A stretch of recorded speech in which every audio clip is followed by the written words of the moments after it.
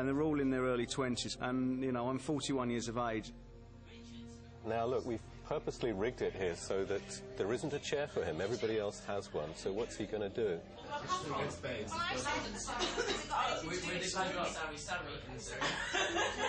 And he's standing back, sort of pretending that what's in his pocket is most important to him. He's standing behind the other person's chair so that the physical structure can come to shape the social behavior. That because there was no obvious place for him to sit down, he stood up. And that automatically created an awkwardness of everybody else is comfortable and he's not. And so he's still on the periphery. And so that already sets him up as an outsider in this group, you know, right from the very beginning. So Richard is somebody I want to keep an eye on.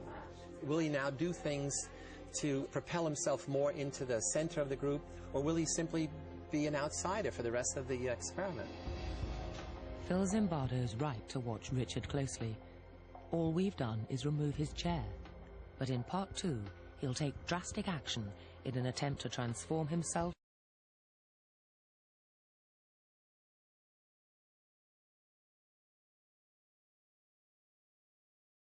to hero. Perhaps I did have something to prove. They've only been here for 6 hours. He had something to do and he did it. What he's doing is challenging this whole institution. On a first impression, I would think that most people would think tits, legs and hair. I would love to say my looks doesn't make a difference, but it does.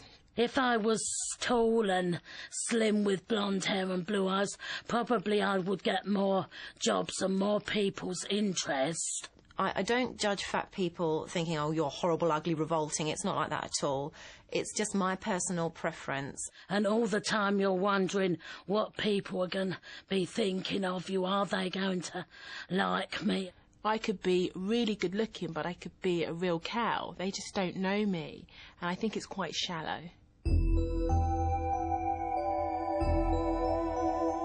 The impression you create is affected by the way you look. We tend to think beautiful people are more intelligent, popular, confident, and better at everything from their jobs to flying a plane. And if you can create a favourable impression, you can create advantages for yourself. You're more likely to get what you want. It might be a job, it might be popularity, or it might be the control you have over the people around you. Meet Ruth and Rebecca. Rebecca's classically attractive. Ruth's more on the plain side.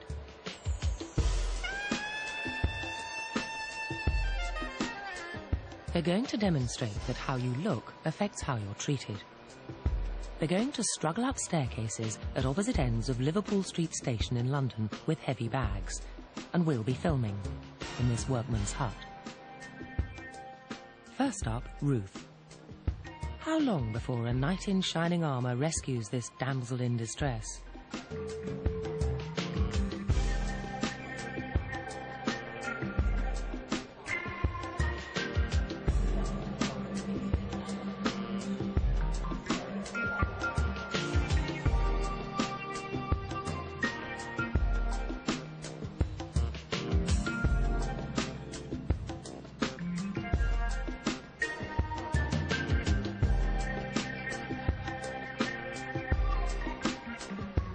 Oh, that's so kind of you. Helped at last, but by 2 women, and it took 45 seconds. Now Rebecca's turn. How long before she's rescued? Would you mind? Just shattered. I'm just trying to get to the top of those stairs there. Can you do the other one at the same time? All of 8 seconds. Oh, this is very kind of you. Ruth is occasionally saved, but it takes longer. On average, 70 seconds. Rebecca's average, 24 seconds. Just start by these phones here would be great. Thanks. You'd be forgiven for thinking that this caveman behaviour is more about sex than chivalry. Yeah, pretty girl, needing bags carrying upstairs. I'm a sucker for that sort of thing. Every time. From my grandfather, I'm told. He was a charmer too. But there's more to it than that. Thanks. We have a tendency to think highly of beautiful people. Because they are very, very delicate. Sorry. What's in them? Family heirlooms, would you believe? Bringing them back for my mum. And we want to be near them, as if some of their glory will reflect onto us. Have you got a few minutes to spare? Because if he doesn't turn up, I'd need to get them into a taxi up there. I'm going to be really rude now and ask one more favour. Could you lend me some money? How much do you need? Can you do them all three? The men are mesmerised. They do anything Rebecca asks. You're so strong. Thank you so much. Although they clearly go out of their way for a pretty girl. You're a true gentleman. I really appreciate this. They deny that looks have anything to do with it. And I'm really thirsty and I wouldn't mind getting a drink and something to eat. Oh, well, that's all I've got me at the moment. You're more than welcome, sir, though. If somebody needed help, I'd like to think that I would help everybody across the range, regardless if they're good-looking, attractive, smelly, well-presented, or whatever. I always hold doors open for ladies, though some of them slap me in my face, because apparently these days we're perfectly capable of doing it ourselves. In fact, I hold doors open for everyone. Lady with prams, old lady with shopping trolley, anything like that. Always. Getting my own way because I'm good-looking makes me feel extremely confident, powerful, and I'm very, very sure of myself.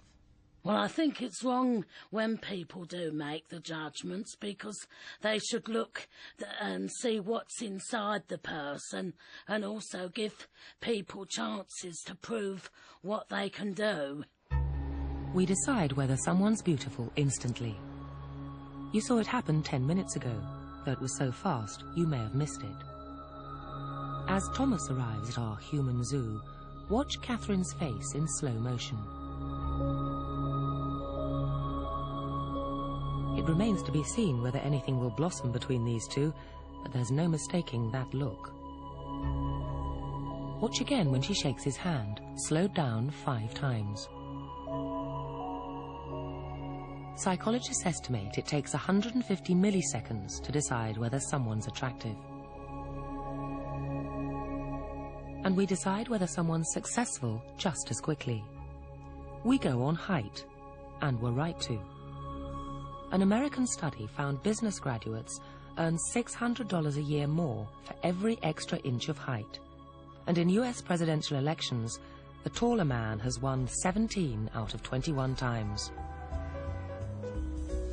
So, to test whether size really does matter, we took 2 actors to the streets of New York. Marcus and Melvin are almost identical. Same age, similar looks, just one obvious difference. Marcus is 6'4", and Melvin's 5'2". But who looks more successful at work? First, tall man Marcus. He's a lawyer, doctor, and an accountant.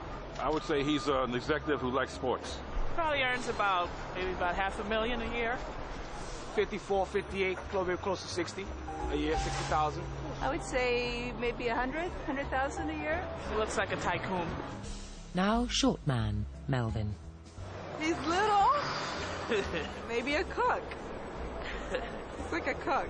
I think he's a quiet guy, and he's not very happy. I think he's having a difficult situation right now. So he earns about an average income, nothing fancy, but enough to live on, yeah. Minimum wage, I guess, 20,000 a year. On average, they credited Melvin with a meager $20,000 income and Marcus with a whopping $220,000. All thanks to a difference of 14 inches. I wish I was his size, to tell you the truth.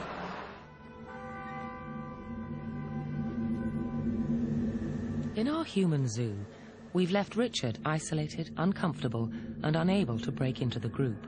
He'd prefer to be top dog. Like Valeria, he couldn't help making a bad first impression. But without Rebecca's obvious advantages, or Marcus's height, how will he get what he wants?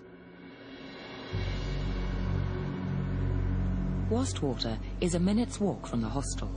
It's very cold, very deep, and our 12 participants are about to go in it, head first. Right, chocolate chili stew when you get out, man. If you're going to learn to canoe, you have to practice capsizing. It's also a chance for us to see what they're made of.